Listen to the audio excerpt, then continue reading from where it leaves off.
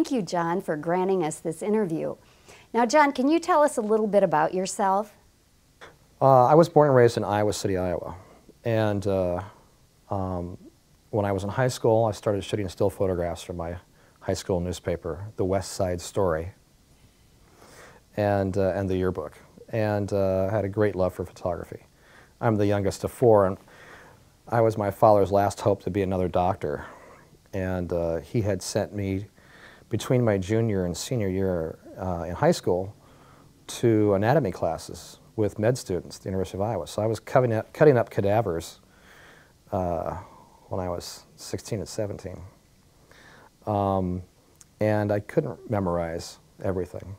So he noticed that my interest in photography was pretty strong, like my older brother David, who teaches photography.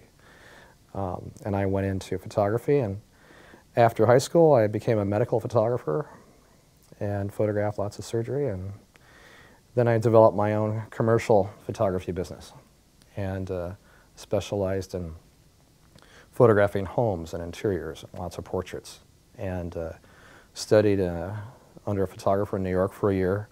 I'd actually gone there for 2 weeks for a class on how to light products, and he liked my Midwestern sense rather than being a tough, foul-mouthed New Yorker, and ended up taking care of his daughter, cleaning the studio, ordering supplies, film for the studio, helping stylize setups.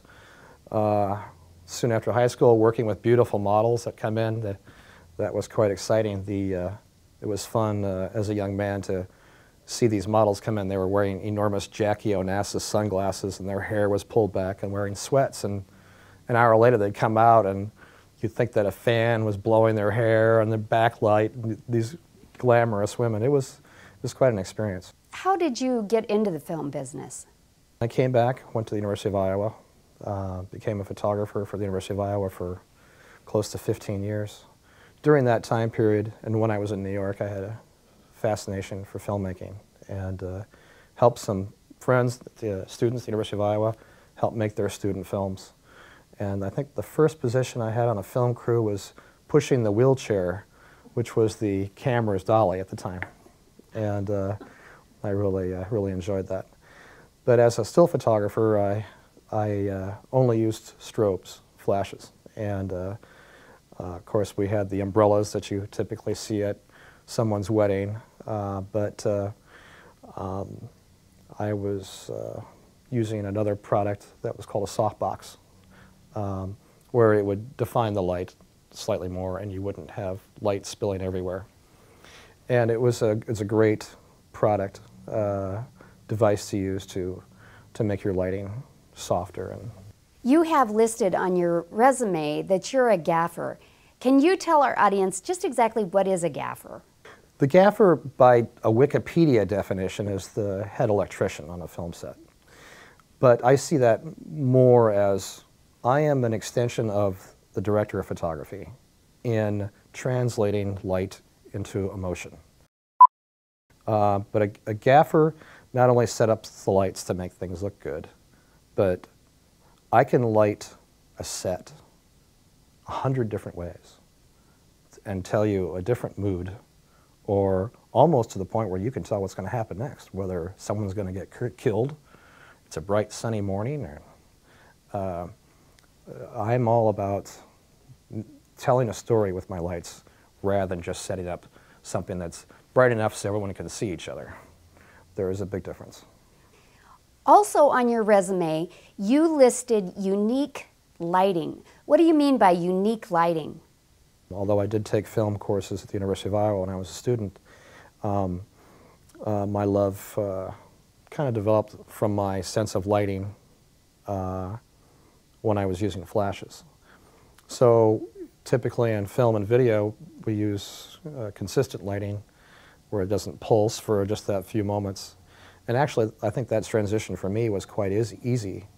When you're using just strobes, you have to calculate the exposure, and we used to look at Polaroids that were attached to our cameras to make sure our exposure was just right. And we would be heavily dependent on light meters and determining all sorts of light calculations. And when I would use large format cameras, the big 4x5-inch cameras that everyone knows, they put the black cover over your head and look through the back of the camera, we would use those for very high quality imagery. And quite often, in order to get the correct exposure, we would have to pulse our strobes cumulatively many times in order to get the aperture and that we wanted for our exposure. So working with video type lighting and film, just I took to it quite well.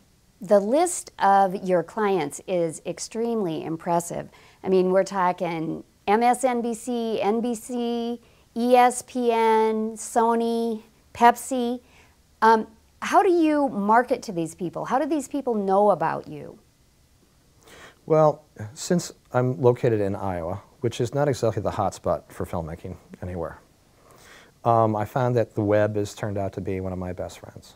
And so I advertise myself on some pretty standard as well as some unique avenues to promote my business and being in Iowa. So I'm on several search engines, so someone needs to hire a grip or a gaffer in Iowa, I'm quite often near the top of the list on the search. A lot of my clients that I've met are producers that do come to Iowa temporarily to shoot an assignment, and then they'll put me on their database, and then they'll share my information with other producers that come. So I've done numerous assignments for the Discovery Channel and several networks. And I do a lot of political work. I do a lot of medical, hospital-related work, some casino work, a few reality shows. So the assignments vary, of course, every day. I understand that you have a truck with a 24-foot, 4-ton grip and lighting package. Wow, that seems pretty impressive. Can you tell us about it? This is my home away from home, and I have been in many grip trucks over the years from different states, different suppliers, different rental houses, and I've modeled my truck after several of them, plus with my own requirements. A lot of trucks don't have a lot of shelves in them because all their items are put on rolling carts, and I do have a few rolling carts. I work as a camera operator as well as a gaffer, so I needed storage, permanent storage for camera equipment, and so that's what I've got going on. I call myself a 4-ton truck. Typically a grip truck is either a small corporate package, a 3-ton, or a 5-ton, or the big behemoth, the 10-ton, which is a full-size semi. I am somewhere in the middle. These are my smaller HMI lights, and these are probably the busiest units that rent 400 and 800 watt daylight balance lights. Down here I have my big bad boy, which is an Alpha 4K HMI PAR. I have a lot more things on my truck than a typical grip truck has, including audio gear, camera, tripod, things like that. Those are typically, from a rental house anyway, a la carte items. And so I keep them on my truck for my own use, and then if they're needed, then I can rent those as well. Since I'm pretty self-contained, I can handle most productions that come.